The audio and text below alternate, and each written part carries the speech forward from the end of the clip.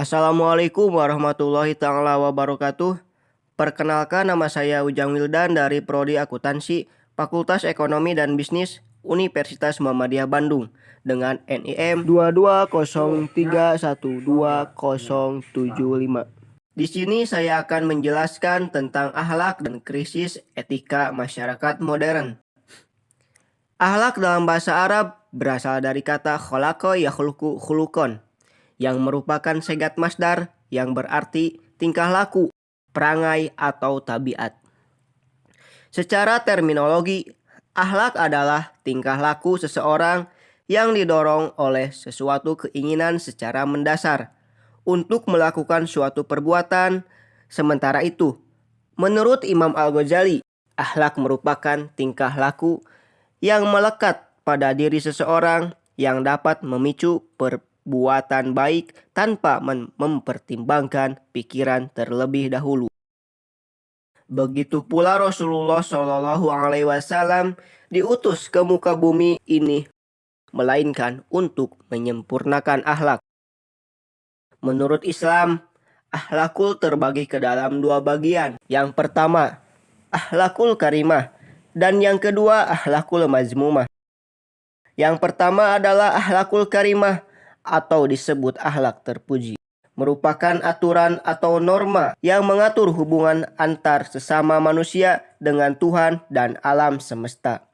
Contohnya, sikap rela berkorban, jujur, sopan, santun, tawakal, adil dan sabar, dan lain sebagainya. Akhlakul karimah adalah salah satu golongan akhlak yang harus dimiliki oleh setiap umat muslim. Sebagai umat muslim, sudah seharusnya kita menjaga akhlak dan menjalankan kehidupan sehari-hari. Sebagaimana firman Allah Subhanahu wa Ta'ala dalam Quran Surah Al-Baqarah ayat 83. Yang artinya, dan ingatlah ketika kami mengambil janji dari Bani Israel, janganlah kamu menyembah selain Allah, dan berbuat baiklah kepada kedua orang tua, kerabat, anak-anak yatim, dan orang-orang miskin, dan bertutur katalah yang baik kepada manusia. Laksanakan sholat dan tunaikanlah zakat. Tetapi kemudian kamu berpaling atau mengingkari, kecuali sebagian kecil dari kamu, dan kamu masih menjadi pembangkang.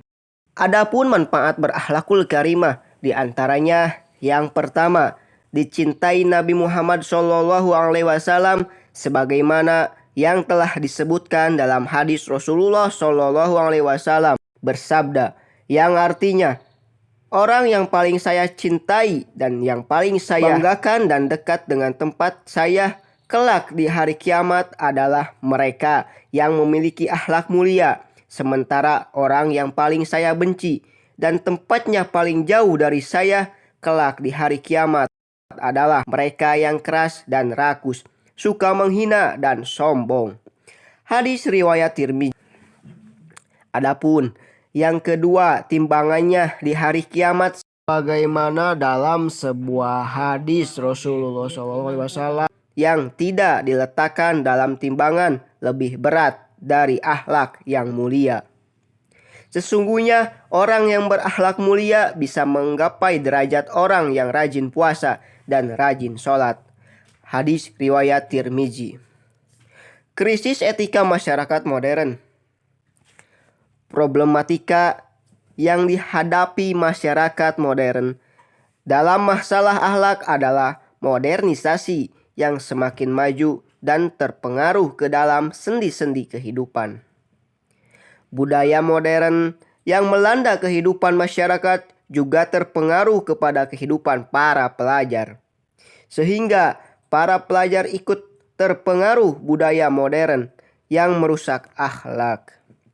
Berikut ini ada beberapa contoh yang mungkin menjadi kekhawatiran dari sebagian kalangan akan dampak dari kemajuan teknologi itu. Seperti menurut mereka bahwa dengan kemajuan teknologi bisa dinikmati oleh orang yang berkompetensi saja. Mereka juga meyakini berbahayanya kalau berada di tangan orang yang mempunyai mental dan keyakinan agama yang lemah. Sebenarnya yang paling krisis yaitu penyimpangan moral dalam aspek etika tersebut, seperti menurunnya kualitas moral bangsa yang dicirikan dengan membudayakan praktek korupsi, kolusi, dan nepotisme. Berbagai konflik yang merajalela antar etni, agama, politik, ormas, dan lain sebagainya. Meningkatnya kriminalitas di berbagai kalangan serta menurunnya etos kerja di berbagai instansi pemerintah. Merosotnya nilai-nilai keadilan, spiritual, kemanusiaan, dan masih banyak yang lainnya. Dengan demikian, manusia mengalami degradasi moral yang dapat menjatuhkan harkat dan martabatnya. Masyarakat kehilangan identitas diri. Mereka merasa bingung karena proses modernisasi yang disalahgunakan dapat menimbulkan ketidakberesan di segala bidang aspek kehidupan manusia, seperti aspek hukum, moral, norma etika, dan data kehidupan lainnya. Etika dipahami secara etimologi, berasal dari kata ethos yang berarti tempat tinggal biasa, kebiasaan, adat, akhlak, perasaan, dan cara berpikir. Dalam agama, tinggi rendah seseorang tidak ditentukan oleh harta, ilmu, ataupun kekuasaan, tetapi ditentukan sepenuhnya oleh perbuatan baik atau takwanya. Dan seberapa jauhnya nilai-nilai etika menjiwai dan mewarnai segala tindakannya maka etika atau moral menjadi salah satu ajaran yang amat penting dalam agama apapun. Semua agama memerintahkan pemeluknya berbuat baik dan melarang berbuat jahat. Dalam konsep filsafat Islam, ada 4 hal pokok yang dibicarakan agama, yaitu Tuhan, manusia, alam, dan kebudayaan. Adapun etika agama pada dasarnya mengatur hubungan manusia dengan Tuhannya, manusia dengan sesamanya, dan dengan dirinya. Hubungan manusia dengan alam di sekitarnya, serta hubungan manusia dengan kebudayaan. Etika hubungan manusia dengan Tuhan. Etika agama menegaskan bahwa hubungan manusia dengan Tuhannya adalah hubungan antara ciptaan dengan penciptanya pada dataran ini. Manusia pada hakikatnya tidak mempunyai otoritas, kekuasaan, dan wewenang sedikit pun terhadap Tuhan. Selanjutnya, etika hubungan manusia dengan sesama. Pada hakikatnya, posisi manusia terhadap sesamanya adalah sama dan sederajat, sama-sama sebagai ciptaan Allah, dan karenanya di hadapan Allah semuanya sama.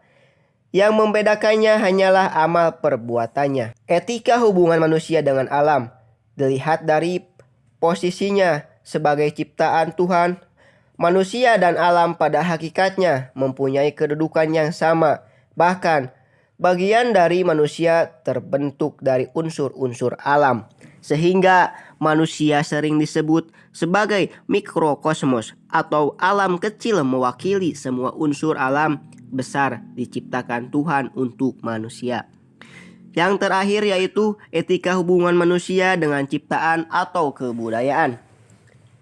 Berharap dengan ciptaannya atau kebudayaan, manusia pada dasarnya memegang otoritas dan kekuasaan yang penuh.